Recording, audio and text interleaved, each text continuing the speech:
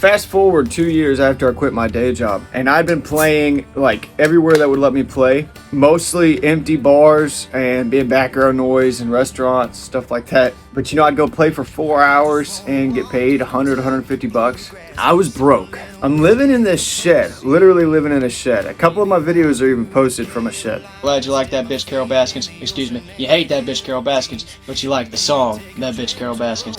And now, as promised, right here from the storage shed, we're gonna give you that bitch Carol Baskins part 2. And I watched this show called Tiger King, and I had already watched it twice, and so I wrote the song That Bitch Carol Baskins as a joke. Sort of weeks ago, everything was going great, but little did we know that a Chinese man was making... I wrote it, I put the words on the screen, like to make it funny or whatever, and I posted it. All the honky-tonks where we were picking guitars, and the whole world became obsessed with giant cats.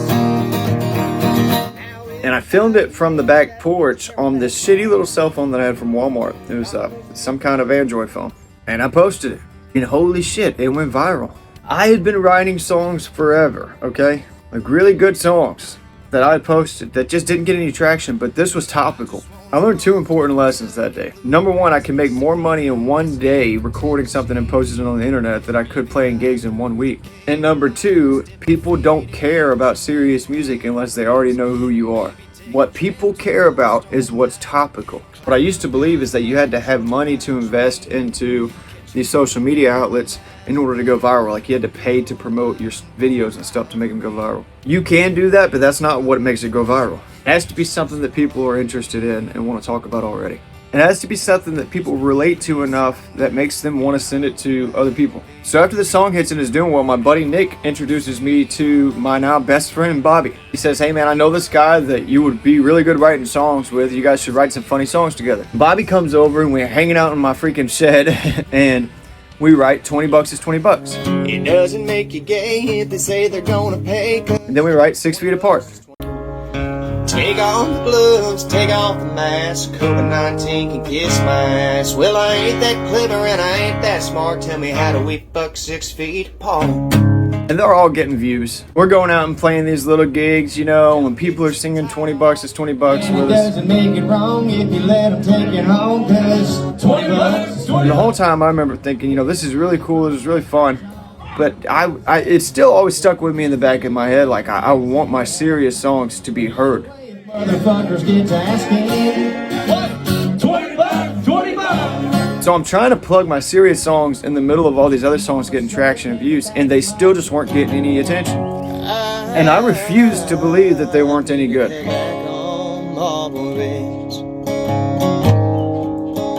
need to give that Jim Beam a rest.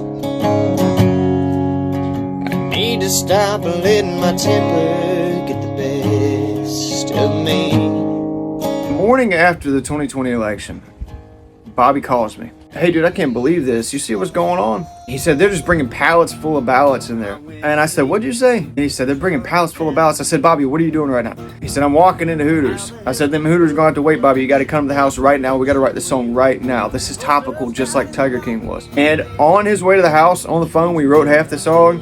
When he got to the house, we finished the other half. Sat on the back porch. I recorded it on my phone just like I did Carol Baskins' song.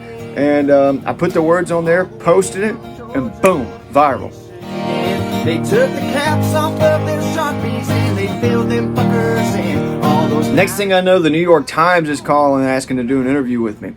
I knew it was going to be a hatchet job because it's the New York Times, but I did it anyways because no publicity is bad publicity, right? They fact-checked the song. I don't remember a time ever where mainstream media has fact-checked a song. So we were the first people ever to have a song fact-checked by mainstream media. Garth Brooks really have friends in low places? Does tequila really make her clothes fall off? Is there an oceanfront property in Arizona? Was Old Red the damnedest dog you'd ever seen? Did she really have a badonkadonk? Does Toby Keith really love that bar? The point is, Pallets Full of Ballots is probably the first song ever fucking fact-checked by the mainstream media. Since when did we start fact-checking songs? Is Demi Lovato really sorry? Not sorry? Did she really have a wop? Y'all better start fact-checking these motherfuckers. Ended up becoming good friends with Roger Stone because of that song. He's one of Trump's top advisors. But, you know, at the same time, this polarized my audience. It also made me a target for the media. I didn't see all that at the time, though. What I saw was all the good things that were happening. But not too long after that, I get an Instagram message from a guy named Johnny Cashville saying that he wants to manage me. Johnny Cashville managed Ryan Upchurch in his first 3 albums. So I knew that Johnny had like a success rate in this business. I knew that he had a proven track record. So I'm like, hell yeah, let's do it. You know, I'd love to talk some more. This time I've already been asked to go up to Washington, D.C. and play on the Trump float for the MAGA Million March in December. Another person there, a Pensacola artist who is gaining national attention performing at the MAGA March in D.C. today. His song about the election has nearly 1 million views on YouTube right now. Channel 3's Rebecca Castor caught up with the local musician just hours before his big performance. 27-year-old Austin Foreman has been performing in local bars and restaurants for years now. But Saturday, his music career reached a new level when he was invited to sing his new song at the Million MAGA March in Washington. So Johnny just flies up there and meets us up there. We go up there, he has a video guy up there ready to go. We're shooting a music video up in Washington, D.C. And as this video is shooting, you can even see this in the video. This is the first time I've ever been in public and had people recognize me, wanting to shake my hand, wanting to take pictures with me. It was like the coolest feeling ever. I piss myself when I turn on the morning news, 'cause they found pallets full of ballots at 3 a.m. all the way from Georgia to Michigan. They took the caps off. So we come back down to Florida. Shortly after that, I'm in Nashville. Pensacola singer is making his mark on the country music scene after his song about the 2020 election went viral. We caught up with a rising star for an update on his journey. And home, sweet home, land of the free. Austin Foreman has been singing country music since he was old enough to hold a guitar. United we stand strong, in God we believe. We first introduced you to the 27-year-old after the election. When I went to sleep, Trump had the lead.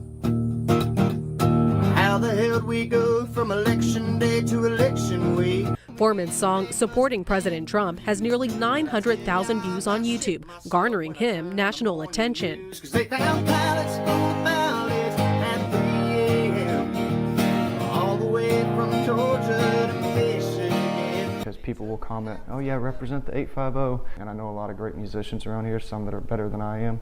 And I just feel very lucky and very blessed. Now he's traveling back and forth to Nashville, has hired a manager, and is releasing new music. His latest single released this week, Home Sweet Home, already has nearly 5,000 hits on YouTube. I love my country, and that's just part of me. There's no place on earth that I would rather be. I wanted to do a song that was about uniting our country. All of us, you know, no matter what president you wanted, no matter what you believe in, it's something that I felt like we needed right now. Foreman's advice to other local artists hoping to break into the industry?